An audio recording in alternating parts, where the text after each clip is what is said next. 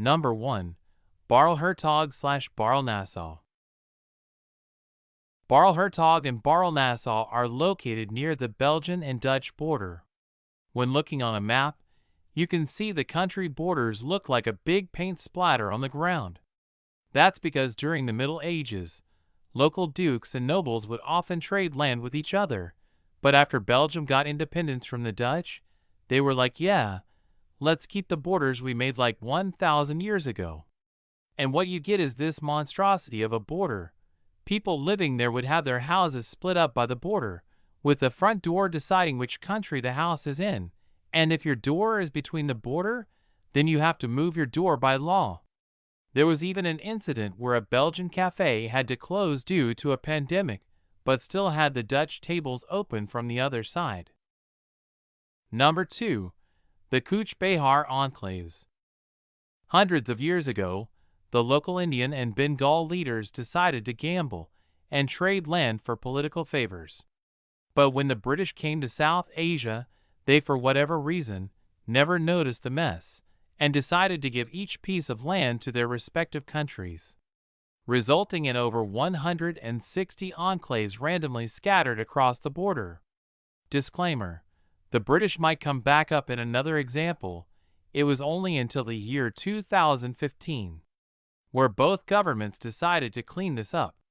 That's like playing blackjack in the casino, and both sides somehow forgot that they owed each other the money and called it a day.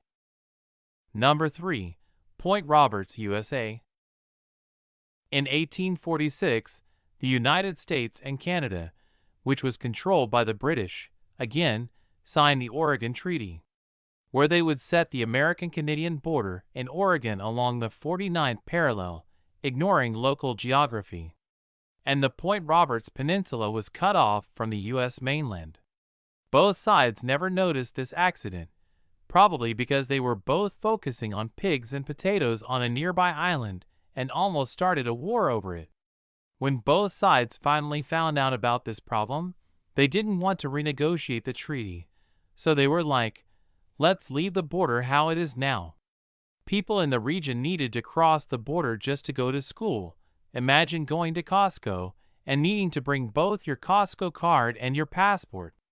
The region is currently suffering from tariffs via both sides.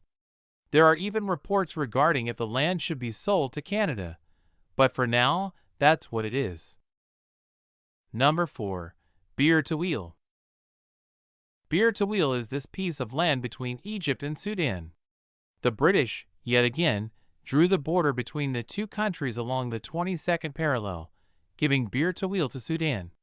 But 3 years later, the UK decided to redraw the border for better tribal uses, giving Bir Tawil to Egypt and giving the Hal-Ib Triangle to Sudan.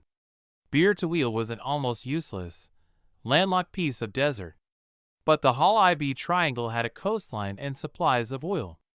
If one nation were to claim Bir Tawil, they were agreeing that the other country would own the Hal-Ib Triangle. People had tried to claim Bir Tawil, mostly YouTubers trying to get views on their videos, planting flags and claiming that they now own this land, which, by the way, doesn't work. Number 5. Kaliningrad.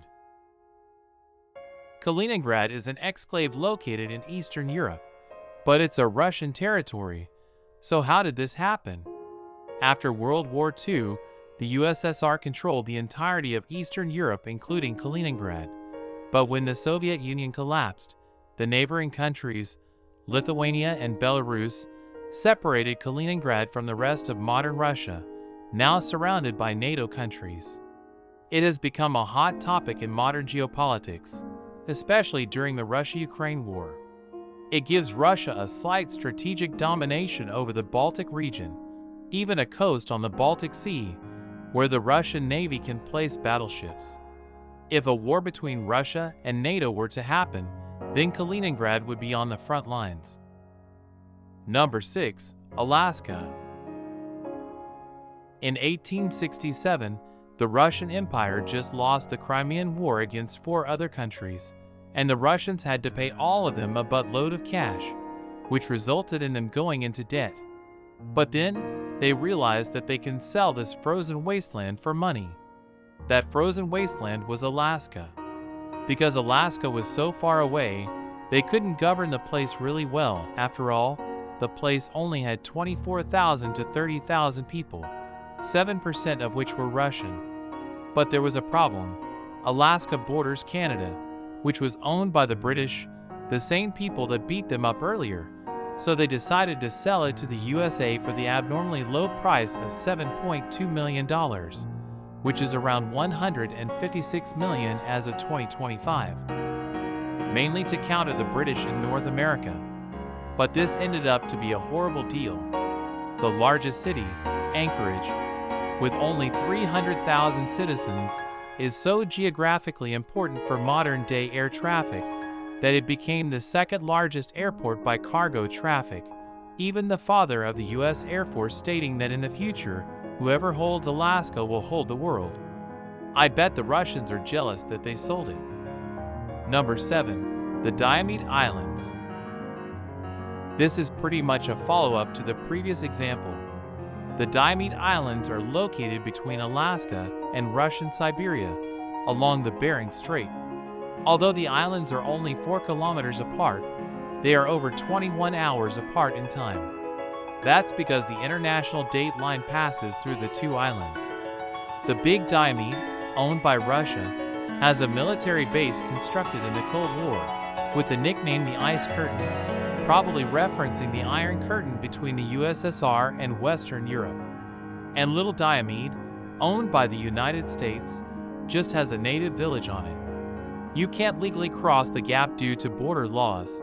It may be possible that villagers are fishing on boats and suddenly go forward 21 hours in time into Russian waters. Number 8. Ceuta and Melilla. In 1497, the Spanish took control of this city in Africa, and over 80 years later, they took control of another city here. Those cities were Melilla and Ceuta respectively. They serve as important military outposts for the Spanish Navy because they're near the entrance to the Atlantic Ocean. But after the country of Morocco gained independence from Spain and France, the Spanish government still kept the two cities. This made the Moroccan government very mad, so they didn't realize the Spanish claim over them. Till this day, the two cities are under Spanish control, guarded by 6 to 10 meter fences, which are around 19 to 29 feet in American units. You may even see people trying to climb up the fences from their balconies. They're the only two places where the EU has a border with Africa and have become key locations in African-European migration politics. Number 9. Lake Constance. You might think European borders are already well defined, especially after World War II, but that is not really the case. This is Lake Constance, a huge lake with an area of 535 square kilometers, around 207 square miles, sandwiched between Germany, Austria, and Switzerland. All three countries can't agree on where the borders should be. Austria says all three countries would share the lake, while both Germany and Switzerland want it divided between the three of them. But Switzerland probably doesn't really care. The three countries fight over fishing rights and environmental laws. You might accidentally swim into another country without knowing, and coast guards might disagree on certain decisions. But for now, the three just agree that the borders are undefined as of right now to not get into any more arguments. Thank you for watching. If you like this video, subscribing would help me make more videos like these. And if you have spare time, go ahead and check out some more.